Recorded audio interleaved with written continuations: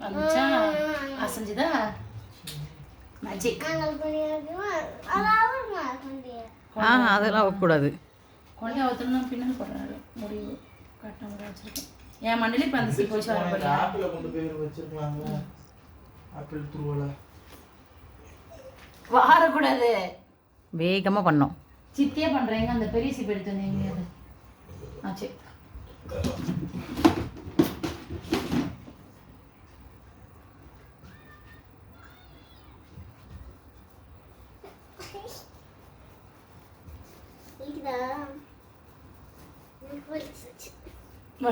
வலிச்சு சொல்ல வருதியா? ஏடா அப்ப வந்து அப்பா வரி ஆடுதே பேப்பர் பாத்தியா?